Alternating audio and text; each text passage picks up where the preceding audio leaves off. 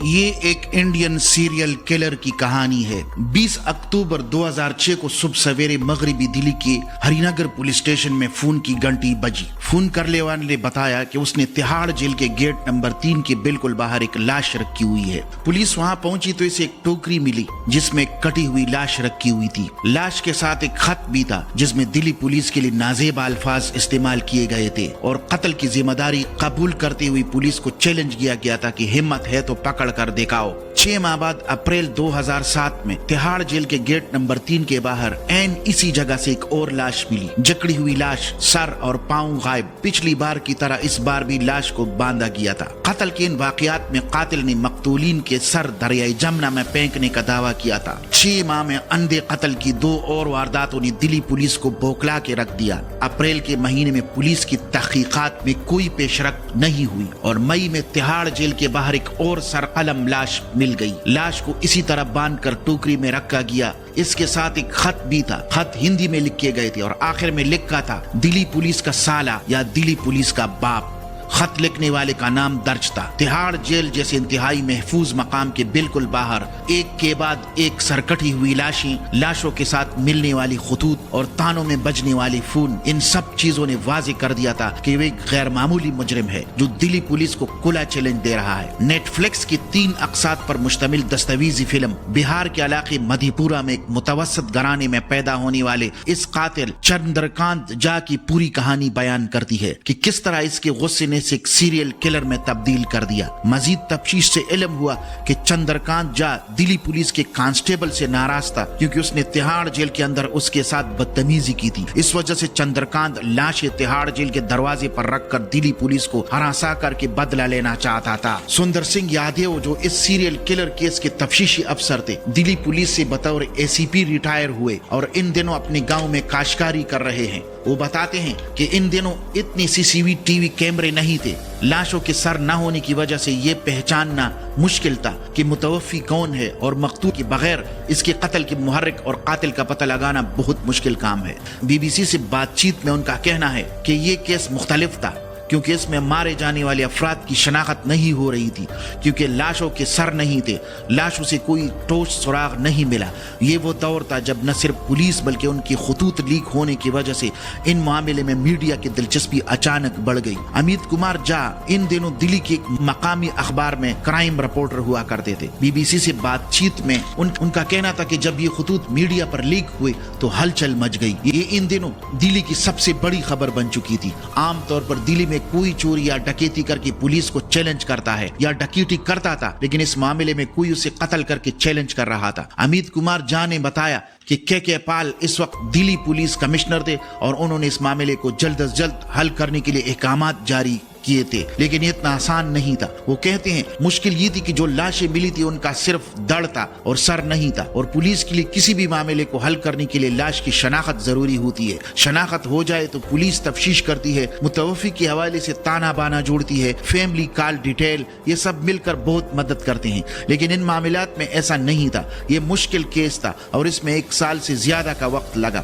سندر سنگھ یادیو اور باقی تفتیشی ٹیم نے آخرکار چندرکانت جھا کو دلی کے ایک علاقے سے مئی 2007 میں گرفتار کر لیا۔ یادیو کہتے ہیں جب چندرکانت میرے سامنے آیا تو ایسا لگا تھا کہ وہ کافی منطقی اور تعلیم یافتہ ہے۔ میں 1 سال پہلے اس سے فون پر بات کر رہا تھا، لیکن جب میں 3-4 قتل کے بعد اسے پکڑنے میں کامیاب ہو گیا تب اس نے ملتی ہی مجھے پہچان لیا اور مجھ سے پوچھا کہ تم سندر سنگھ یادیو ہو۔ میں بہت حیران ہوا۔ نے کہا تم جیتے، میں ہار گیا، میں سب کچھ بتاؤں گا لیکن مجھے پریشان مت کرو، مجھے مارو مت۔ لیکن یادیو اور اس کے ساتھیوں کی پریشانیاں ختم نہیں ہوئی۔ وہ کہتے ہیں اس معاملے میں 3 قتل ہوئے تھے اور 1 کیس پہلے سے ہری نگر تانے کا تھا۔ 4 اور قتل دلی کے دوسرے حصوں میں ہوئے تھے۔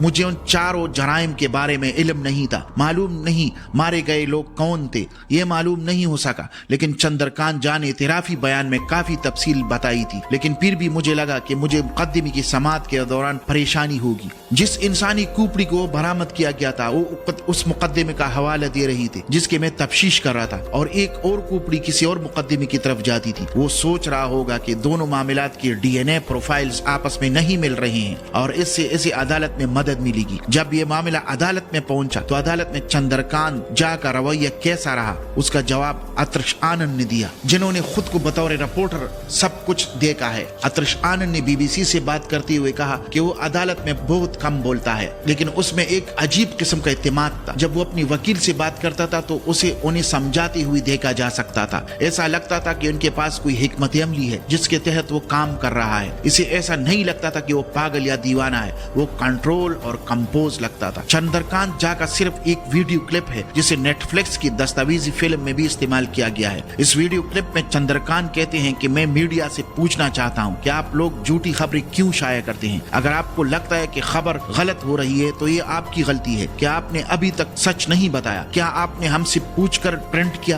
क्या आप जानते हैं कि मैं कहां से पकड़ा गया हूं या मैं जानता हूं? एक सहाफी ने जब उनसे पूछा कि तुमने चारों को क्यों मारा तो जवाब मिला, हो सकता है हमने 4 से ज्यादा को मारा हो। आपको कैसे मालूम कि मैंने 4 आदमी मारे हैं? अतरिश आनंद कहते हैं जब वो मीडिया के सामने बहस करता था, जिस तरह से वो बात करता था उसके जवाबात मंतकी होते थे। जब भी उससे आमना सामना होता था तो मैं भी डरता था कि न जाने वो क्या रद्द-ए-अमल जाहिर करे। ताहम मेरी उनसे कभी तवील गुफ्तगू नहीं हुई। अतरिश आनंद बताते हैं कि जब तक उनका मुकदमा अदालत में चलता रहा एक भी शिकायत अदालत में नहीं आई और न ही जेल से आई। पुलिस का कहना था कि वो छोटी सी छोटी बातों पर गुस्सा करता था, कत्ल करता था, लेकिन ट्रायल जज के पास कभी भी कोई ऐसी शिकायत नहीं आई कि वो कभी गुस्से में खवास बाख्ता हो। पुलिस और जज के सामने चंद्रकांत झा के अल्फाज और बयानात में फर्क था। अमित कुमार झा का कहना है कि जब उसे अदालत में पेश किया गया तो वो पुलिस वालों के सामने कहता था कि 2-4 कत्ल कोई बड़ी बात नहीं थी, हम ये काम किसी भी वक्त कर सकते हैं। और जब उसे जज के सामने पेश किया गया तो वो वहाँ कहता था कि वो एक गरीब आदमी है जो सब्जी बेचता है और जिसे पुलिस ने बेकार में फंसाया हुआ है। वो जानता था कि उसने जो कुछ पुलिस के सामने कहा उसकी जज के सामने कोई अहमियत नहीं है। सुंदर सिंह यादव भी चंद्रकांत झा की इस चालाकी की तस्दीक करते हैं। उनका कहना है कि इसमें सिर्फ एक खामी थी और वो ये कहता था कि इसे अंग्रेजी नहीं आती थी, वरना वो टेक्निकल चीजों, कानूनी पेचीदगियों और कोताहियों को अच्छी तरह जानता था। दस्तावेजी फिल्म में चंद्रकांत झा के गोशाई गाँव के देहातियों के बयानात और कुछ तस्वीरें खौफ व हिरास पैदा करती हैं और वो अंदाजे हैं कि चंद्रकांत झा ने 3-4 नहीं बल्कि इनसे ज्यादा कत्ल किए हैं। असल में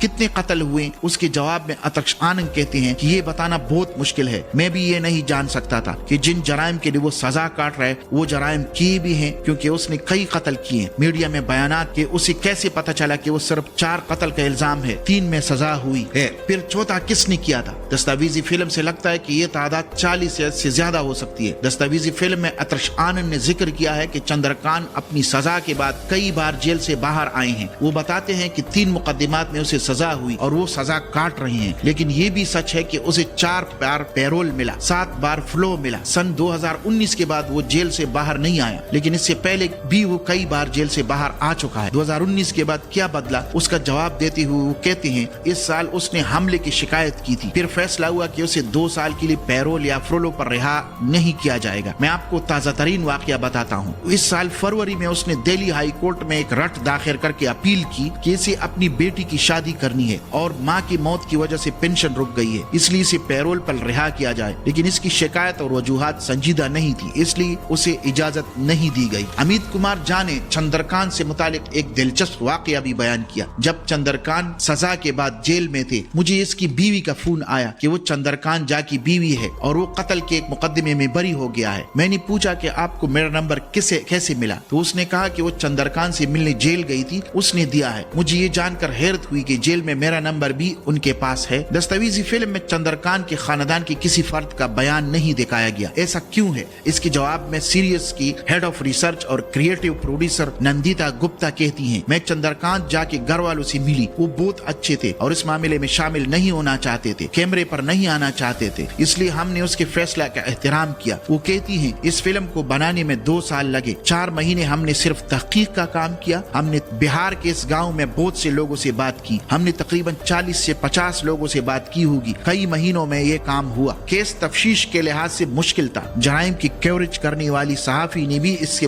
बात से इत्तेफाक जाहिर किया है। अमित कुमार झा का कहना है कि इन दिनों CCTV कैमरे नहीं थे, मोबाइल फोन का इस्तेमाल ज्यादा नहीं था। आज शायद ही कोई ऐसा जुर्म हो जो CCTV में कैद न हुआ हो या मोबाइल का इस्तेमाल कम होता हो। अब पुलिस डेटा पर काम करती है, सारा डेटा उठा लेती है। इस वक्त इतनी मदद नहीं थी, कोई पुलिस वाला पूरा साल तिहाड़ के बाहर नहीं रह सकता था। वो लाश को कब रखेगा, कहाँ रखेगा, मुझे मालूम नहीं था। सुंदर सिंह यादव के मुताबिक इस केस में वाकयाती सबूत बहुत मजबूत थे। वो कहते हैं हम तफसीलात का जायजा ले रहे थे, कई जावियों से जांचते रहे, फिर आगे बढ़ते रहे। हमें मालूम था कि इससे मुलजिम को मजीद परेशानी होगी, इसलिए हमने न सिर्फ लाश बल्कि डीएनए के मुख्तलिफ हिस्से भी हासिल किए। प्रोफाइल के लिए भेजे गए खत लिखे गए, फिर हाथ की लकाई चेक करवाई गई। टेस्टिंग रियाजी की तरह था, या तो इसमें आपको 100/100 मिलेंगे या आपको 0 मिलेगा। ये केस पूरी महकमे पुलिस के लिए एक चैलेंज बन गया था और उसे हल करने के लिए दबाव मुसलसल बढ़ रहा था। लेकिन ये कामयाबी कैसे हासिल? यादव कहते जब वो हमें फोन करता था तो हम काफी देर तक उससे बात करने की कोशिश करते थे ताकि हमें कोई इशारा मिल सके। इससे तवील बात करना भी हमारी तफ्तीश का हिस्सा था। इस गुफ्तगू के दौरान हमने उसे बहुत सी बातें सुनाई, कुछ जो उसे बताना नहीं चाहते थे। दिल्ली पुलिस ने इस केस को हल करने के लिए मुखबरों से भी काफी मदद ली। दस्तावेजी फिल्म में दिखाया गया है कि इनकी मदद से वो एक डॉक्टर के पास पहुंचे जिसके पास चंद्रकांत बाकायदगी से जाया करता था। इस डॉक्टर और चंद्रकांत के एक रिश्तेदार के दरमियान कुछ झगड़ा हुआ था। यादव दस्तावेजी फिल्म में बताते हैं इस रिश्तेदार ने बताया कि चंद्रकांत के पास एक रेड़ा है जिसमें इंजन लगा हुआ है। कॉल रिकॉर्ड के बाद एक मखसूस इलाके की निशानदही की गई और गश्त के दौरान पुलिस वाले ने ऐसी ही गली में वो रेड़ा देखा और उसके जरिए हम चंद्रकांत को गिरफ्तार करने में कामयाब हुए। चंद्रकांत झा इन दिनों जेल में उम्र कैद की सजा